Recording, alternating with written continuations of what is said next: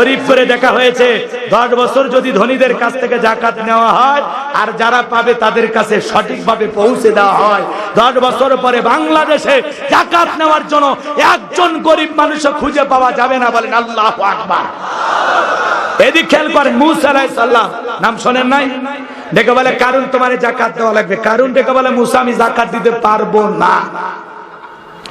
মুসা আলাইহিস সালাম ডেকে বলে যাকাত যদি না দাও যাকাত আদায় করা হবে। কি করা হবে?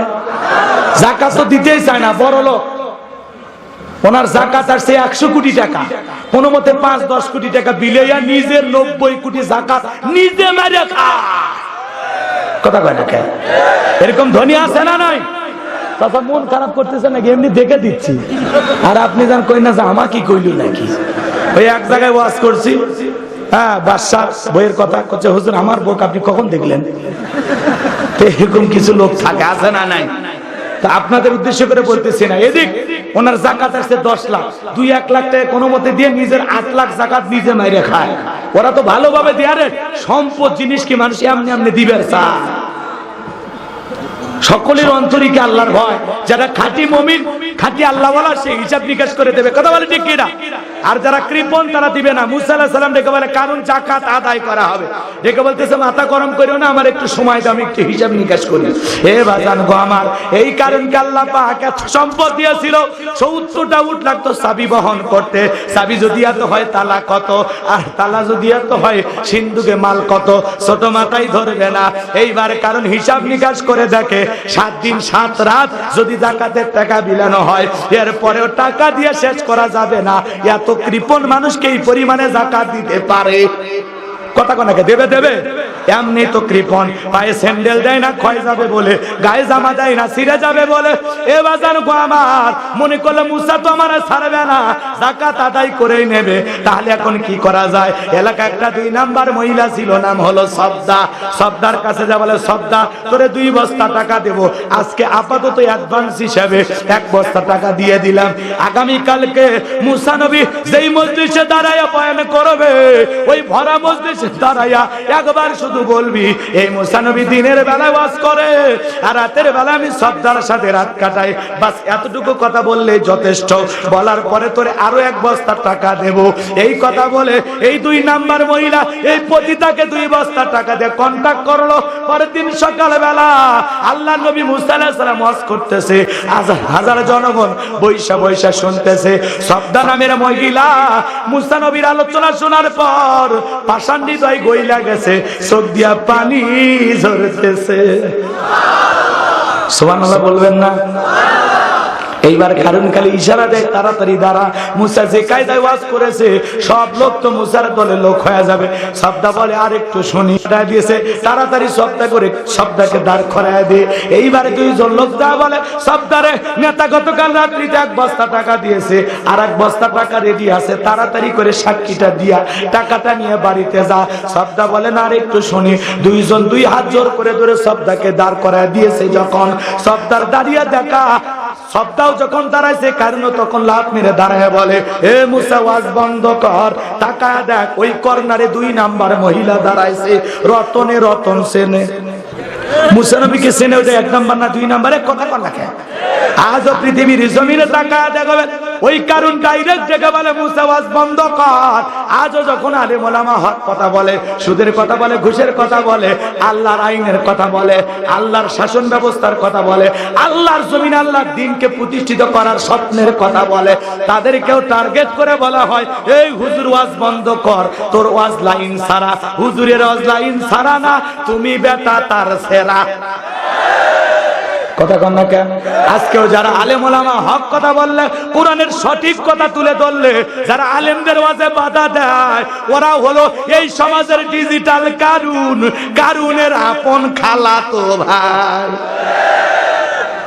হক কথা বলে তোর জলে কে? যে জায়গায় জলে ধুইয়া। কথা কন না কেন? সুদের কথা কইলে জলে, ঘুষের কথা কইলে জলে, হক কথা কইলে মুনাফিক লাভ মেরে ওঠে, চোখ মুখ বৈশাখ মাসের মধ্যে কালো করে থাকে। কি আছে তোর? অন্তর আগে ক্লিয়ার কর। হুইল পাউডার ধুয়ে, কথা কন না, হুইল পাউডার দিয়ে ধুয়ে আয় যা। হে কথা কন না, হক কথা কইলে মুনাফিকের জলে রে বন্ধু, মুনাফিকের জলে।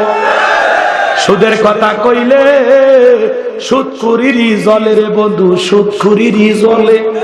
ও কয় হুজুর সুদ খাইতে কি যে লাভ, কাঁচা টাকা খালি মাঠে ছাড়িয়ে দিছে, লাভ আর লাভ।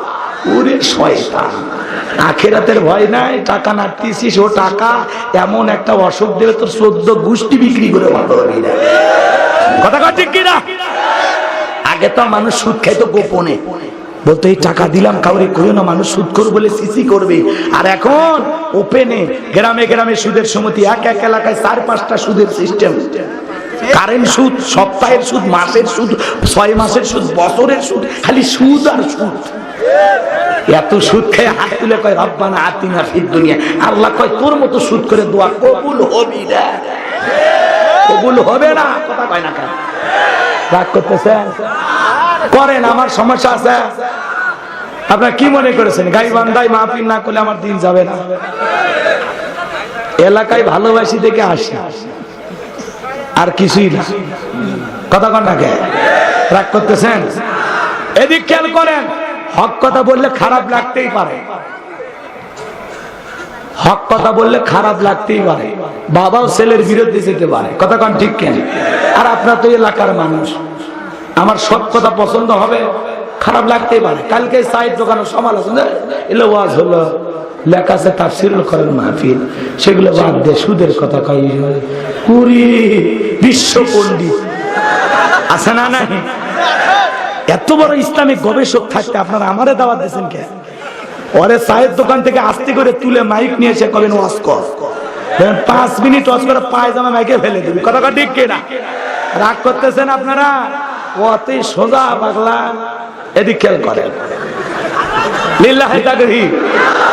মুসা আলাইহিস সালাম কি বলে? এ মুসা ওয়াজ বন্ধ কর। তা আজকে এরকম নাই? এ কথা কেন আজকেও নাই? আছে। এই জন্য তো ময়না পাখি মিষ্টি মিষ্টি কথা বলে, খাঁচাই বন্দি করে রাখছে। ময়নার কাছে যা বলে, ময়না কেন বন্দি করছে? কয় মালিক আমারে খুব ভালোবাসে, মালিক চায় আমার এই মিষ্টি কথা আর কেউ না শুনুক। কথা কর। এই জন্য ময়না পাখিকে খাঁচাই বন্দি করছে। আর যারা কা কা করে ঘরে, ওদেরকে কেউ টার্গেট করে না।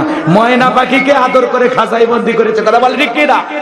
খালি ময়না পাখি যদি একবার সারা পাইতো, ময়না পাখির মিষ্টি কথা শুনে দুনিয়ার মানুষ পাগল হয়ে যেত। কথা বলে ঠিক কিনা? লিল্লাহি তাকবীর। সামনের দিকে যায়, হৃদয়ের কান পেতে কথাগুলো শুনে যান। এ গাইবান্ধার সুন্দরগঞ্জের বাবাজিরা, রামধন কালীতলা বাজারের মানুষেরা, এইবার মুসা আলাইহিস সালাম তো অবাক হয়ে আছে, কিছুই বুঝতেছে না। ঘটনা আগে বুঝতেছে না, পরে বুঝতেছে না। মুসা আলাইহিস সালাম অবাক হয়ে দাঁড়িয়ে আছে। কারণ বলতেছে, এই সবদা, তোমার মনে যা আছে তুমি পরিষ্কার করে বলো, আমি আছি। তুই তো থাকবি, তুই যে বুড়ো শয়তান। কথা বোঝেন নাই? এ ভাইয়েরা শুনে যান। এইবার সবদা বলতেছে, কারণ তুমি বসো, আমি যেহেতু দাঁড়িয়েছি বলার জন্য আমি বলবো। এইবার সবদাটাকে বলে, ও দেশের জনগণ শুনো দিয়া মন, আমি জীবনে কোনোদিন মুসা নবীকে দেখি নাই। সুবহানাল্লাহ বলেন। আজকে মুসা নবীর আলোচনা শোনার পর আমার পাষাণ হৃদয় গইলা গেছে। আমি সিদ্ধান্ত নিয়েছি আর অশ্লীলতা করব না, মন্দ কাজ খারাপ কাজ করব না। আমি তওবা করে গুনাহ মাফ ইমানের